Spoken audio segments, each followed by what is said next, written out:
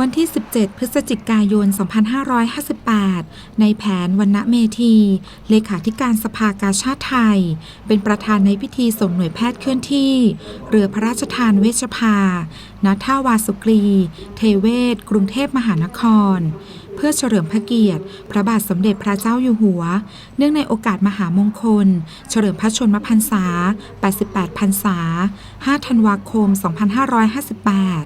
ซึ่งจะออกให้บริการทางการแพทย์และให้ความรู้เรื่องสุขศึกษาและประชาสัมพันธ์พร้อมมอบเครื่องอุปโภคบริโภคโดยไม่คิดค่าใช้จ่ายใดๆทั้งสิ้นแก่ประชาชนที่อาศัยอยู่ตามริมสองฝั่งแม่น้ำลำคลองในเขตจังหวัดนครปฐมระหว่างวันที่ 1-4 ธันวาคม 2558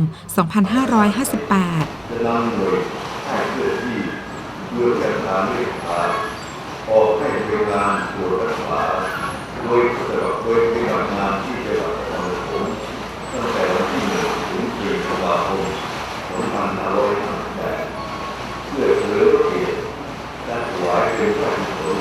พระบาทสมเด็จพระเจ้าอยู่หัวในโอกาสต่างๆและยังผลให้ประชาชนได้ศึกษาและสำนึกในพระเมตตาคุณและพระมหากรุณาธิคุณ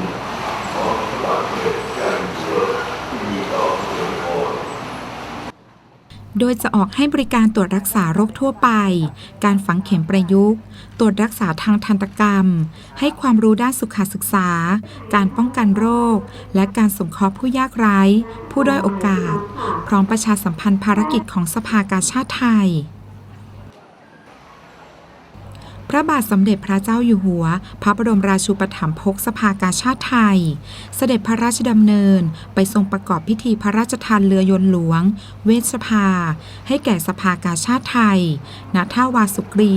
กรุงเทพมหานครเมื่อวันที่ 19 มกราคม พุทธศักราช 2498 จนถึงปัจจุบันเป็นระยะเวลาถึง 60 ปีด้วยพระราชทรัพย์ส่วนพระองค์